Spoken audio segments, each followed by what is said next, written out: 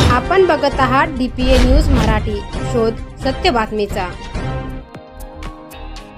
नामदार मंत्री छगन भुजबळ यांनी आपल्या कुटुंबासह नाशिकमध्ये बजावला मतदानाचा हक्क। सध्या महाराष्ट्रात लोकसभेच्या 5व्या टप्प्यामधील मतदान सुरू असून 13 मतदारसंघातील उमेदवारांचे भवितव्य आज मतपेटीत बंद होणार असून नाशिकच्या जागेवर सर्व नागरिकांचे लक्ष लागलेले आहे। आज नामदार मंत्री छगन भुजबळ यांनी आपल्या परिवारासह नाशिक शहरातील मॉडर्न स्कूल सिडको येथे मतदानाचा हक्क बजावला। तर यावेळी त्यांच्या समवेत राष्ट्रवादी काँग्रेस पार्टीचे मुंबई अध्यक्ष तथा माजी खासदार समीर भुजबळ व माजी आमदार पंकज भुजबळ, डॉक्टर शेफाली भुजबळ, समीर भुजबळ यांच्या मातोश्री हिराबाई भुजबळ यांनी देखील मतदानाचा हक्क बजावला।